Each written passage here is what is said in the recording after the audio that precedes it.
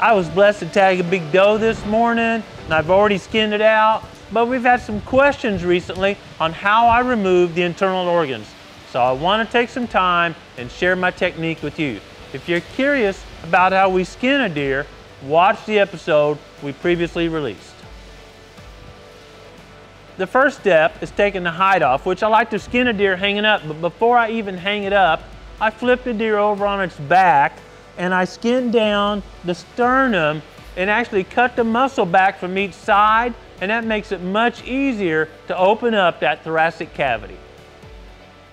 The next step is removing the front shoulders. It's much easier to remove the shoulders now before I open this up and get some of the body fluids on that meat. The front shoulder is easy to remove from a deer because it's connected to the body by muscle and other tissues. There's not a bone connection, so you do not have to cut through the bone to remove the front shoulder. So when you're getting ready to cut the shoulder, don't just go in there hacking. You see a natural separation between the muscles on the shoulder and the muscles on the torso of the body. So I'm just following that little line. You can see how I'm really just not cutting through a lot of muscle. You got to cut this little muscle here. And I'm following that line of connective tissue till the top of the shoulder and come down right here. You can see the top of the shoulder blade right there.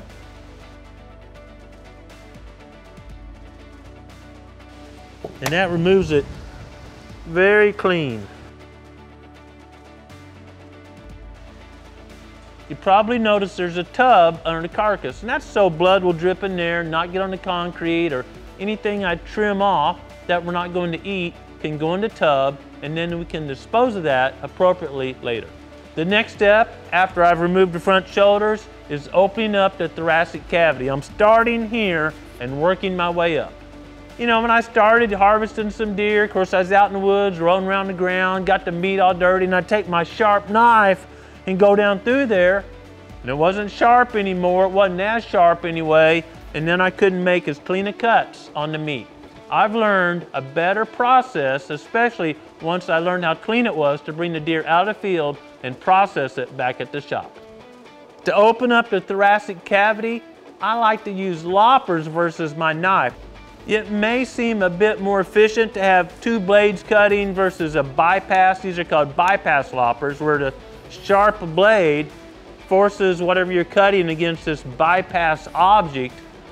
But I'm telling you, you don't want something sharp sticking in right here, because that's the rumen. It's got pressure pushing down, especially hanging like this, and you don't want to end up with rumen fluid on the meat you're going to consume. So I take the bypass end, stick it in here. I try to stay in the center of the sternum. I want to cut bone. If I get over in the ribs, it's bone, meat, and meat tends to bind up bypass loppers. It takes several snips. It's not like, you know, sharp scissors just going right through material. You're cutting through bone, so I'll snip down, kind of check out my process. I want to make sure I cut the last rib, what some people call the collarbone, because if you don't, when the organs come down, they're hang up there and you won't be able to get them out cleanly. You need to cut this so you can open up the entire thoracic cavity.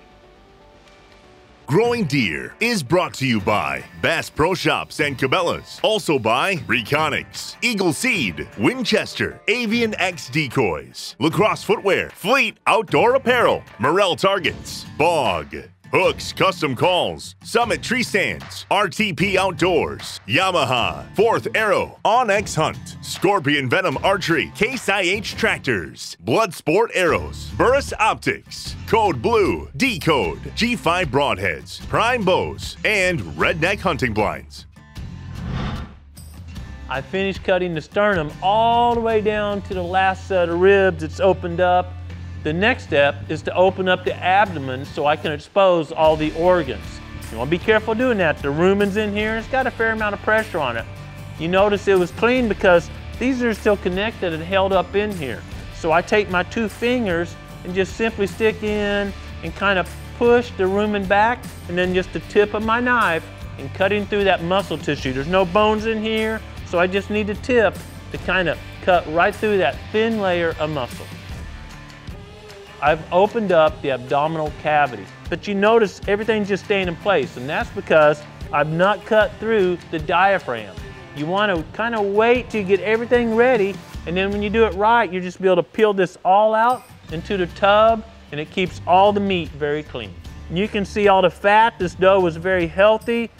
All the organs are covered with fat in here, and that's a great sign that this meat is going to be very palatable. This was a very healthy dough.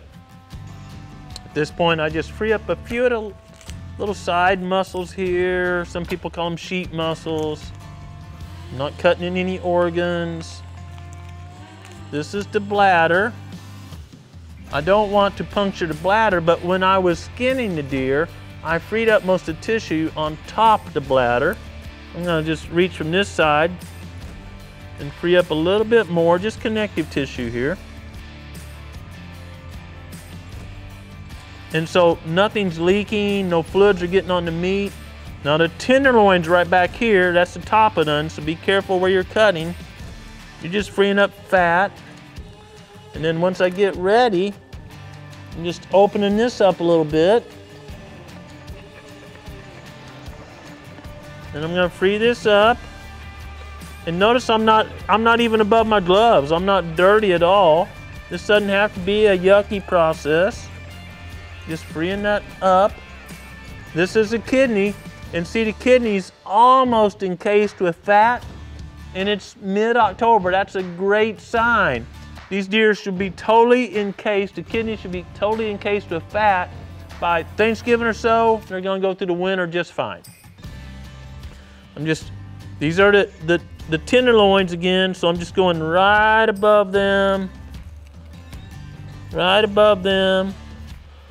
And then looky, oh my goodness, I'm getting almost to the diaphragm right here, and you can see I'm going into the thoracic cavity.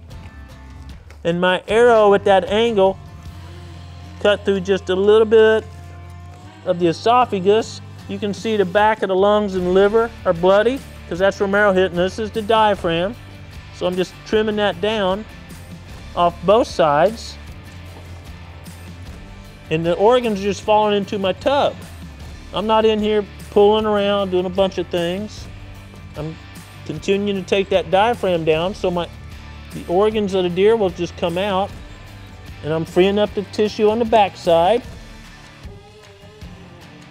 And because I cut that last rib with the loppers, everything just falls down, all the way down. There's the heart right there. Some people eat the heart. I don't, because it's very, very high in cholesterol. Organ meat is very high in cholesterol. And that's about as clean a carcass. And then when I'm all the way down, well, I'm cutting that esophagus off right there. A little fat holding it up. And I've got a clean carcass. And again, my arrow come in this side and cut through the esophagus and went out here. You can tell she's been eating on acorns, but very clean carcass. Very clean way to remove all the organs from your deer and prepare it for removing all the meat, processing the meat for your family. I'll just take the water hose. That's one great thing about processing a deer back at your house or your garage or your shop. Spray this down a little bit, take the meat off, and call this a great day. This is a simple and clean technique to remove the organs from a deer as part of processing. If you'd like to see our technique for deboning the meat, check out Grown Deer episode 248. I hope you have a chance to get outside, get some fresh venison, and enjoy creation. But most importantly, I hope you take time daily to be quiet and listen to what the Creator is saying to you. Thanks for watching Growing Deer.